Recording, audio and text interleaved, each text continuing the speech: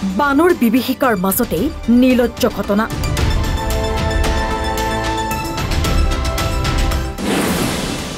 বানত আশ্ৰয় দিয়াৰ চলেৰে ভিনীয়েকে চলালে যৌন নিৰ্যাতন। খোৱাং সমষ্টিৰ বিভিন্ন গাঁৱৰ লগতে যুৱতীগৰাকীৰ গাঁওখনো বানত বুৰ গৈছিল। পৰিয়ালৰ লোকসকল ঘৰ এৰি আশ্ৰয় ল'বলগীয়া হৈছিল অন্য স্থানত। বায়েকে বান বিধ্বস্ত পৰিৱেশৰ দিনকেইটা তেওঁলোকৰ ঘৰত থাকিবলৈ মাতি পঠিয়াই যুৱতীগৰাকীক। ভিনীয়েক আমানুদ্দিন আলীয়ে যুৱতীগৰাকীক বাইকেৰে নিজ ঘৰলৈ লৈ আহোঁতে মহমৰা পথত বাইক ৰখাই যুৱতীগৰাকীক যৌন নিৰ্যাতন চলোৱাৰ গুৰুতৰ অভিযোগ উত্থাপন হৈছে। যুৱতীগৰাকীয়ে চিঙৰবাখৰ কৰাত ঘটনাস্থলীত উপস্থিত হৈ ওচৰৰ ৰাইজ। যুৱতীগৰাকীৰ মুখৰ পৰা সবিশেষ জানিব পাৰি ভিনীয়েক আমানুদ্দিনক উত্তম মধ্যম সোধাই উপস্থিত একাংশ ৰাইজে। ইয়াৰ পিছতেই ঘটনাস্থলীত আৰক্ষী উপস্থিত হৈ আটক কৰে অভিযুক্ত আমানুদ্দিনক। ইতিমধ্যে যুৱতীগৰাকীয়ে ঘটনা সন্দৰ্ভত মৰাণ আৰক্ষী থানাত দাখিল কৰিছে এজাহাৰ। ১ নং কাছমাৰী গাঁৱৰ নিবাসী অভিযুক্ত আমানুদ্দিন আলী। কি হ'ল বজাৰলৈ পালে ভিনটিয়ে ফোন কৰিলে, তাৰপৰা মই ক'লো ৰ'ব বোলো আবাই অহা নাই, মই ঘৰতে আছো বোলো, পানীৰ মাজত অকলে আছো, নদী দলং পাৰ হ'ব লাগিব, আবা মানে আহিব মোক লৈ যাব। তাৰপৰা আবা আহিলে হ'ব মাহঁতক আগবঢ়াই মেলি শিৱসাগৰলৈ। তাৰপৰা মই কি হ'ল আহিলো। তাৰপৰা কি হ'ল তাৰপৰা মই পাপাৰ লগৰ এজনীৰ ঘৰত তাতে মই গা চা ধুই মেলি কাপোৰ কানি পিন্ধি মেলি আহিছো আৰু তেওঁৰ লগত।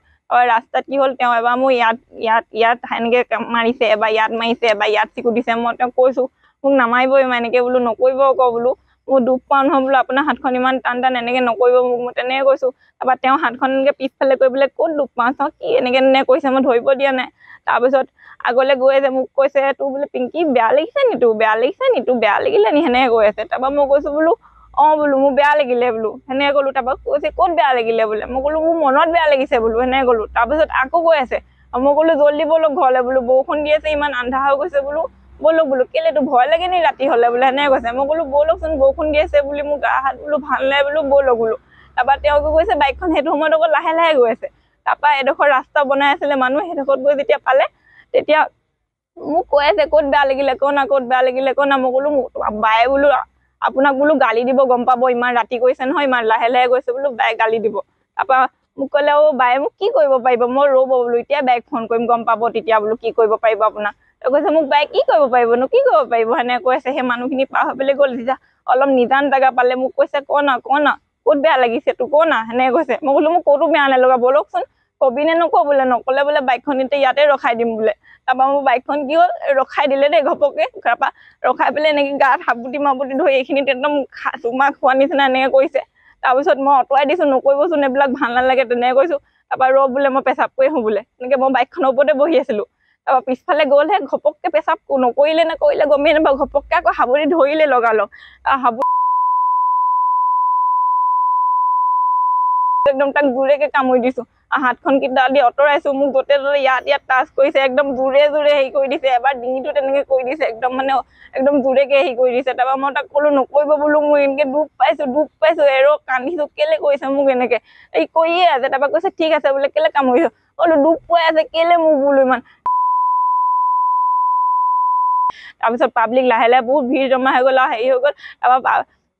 তাৰপৰা চব গৈ মেলি পালে আৰু তাৰপিছত তাক অলপ পাব্লিকৰো মাৰ খালেহি, তাৰপৰা সি মোক কৈছে বোলে হ'ব বোলে, মোক কৈছে বোলে মোক মাফ কৰি দে। মৰাণৰ পৰা ৰাজু মিশ্ৰা, এনি ভাৰত 24।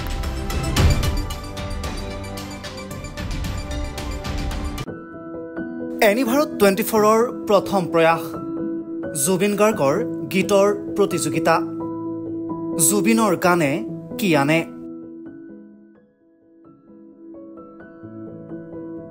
অডিশ্যনৰ বাবে যোগাযোগ কৰক 8638661821 আৰু 8812831556 নম্বৰত।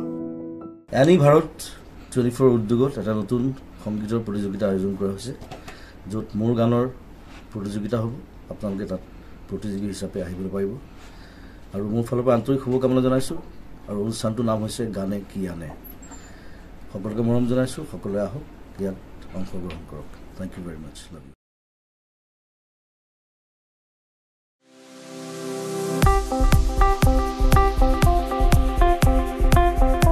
আপোনাৰ ঘৰখন আৰু অফিচ চালে চকুৰুৱাকৈ সজাওক আজি আহক সকলো ধৰণৰ অত্যাধুনিক ফাৰ্নিচাৰৰ বাবে সিটি ফাৰ্নিচাৰ 6 মাইল গুৱাহাটী আমাৰ ঠিকনা 6 মাইল পাঞ্জাবাৰী ৰোড পুৰবিতাৰীৰ সন্মুখত গুৱাহাটী আমাৰ যোগাযোগ নম্বৰ 9435013969